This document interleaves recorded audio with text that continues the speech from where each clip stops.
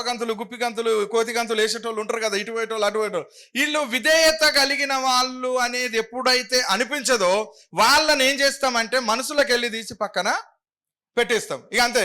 ఎందుకంటే నేను కాకపోతే వీళ్ళకి ఇంకోళ్ళు ఉన్నారు. అవునా కదా? ఎవరైనా ఒకరు వస్తారు, ఎవరి దగ్గరికన్నా పోతారు. వీళ్ళకు ఒక ఆత్మీయ తండ్రి, ఒక నాయకుడు ఉన్నాడు అని అంటే దేవునికి స్తోత్రం.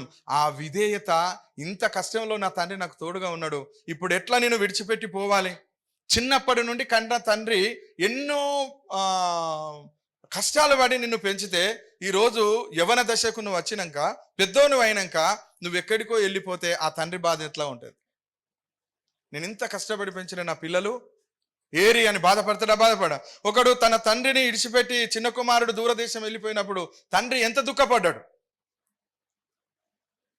కదా? నీ జన్మం ఎక్కడ? నీ వృత్తాంతం ఎక్కడ? నీ బ్రతుకు ఎక్కడ? ఎక్కడ దీవించబడ్డావు? ఎక్కడ ఆశీర్వదించబడ్డావు?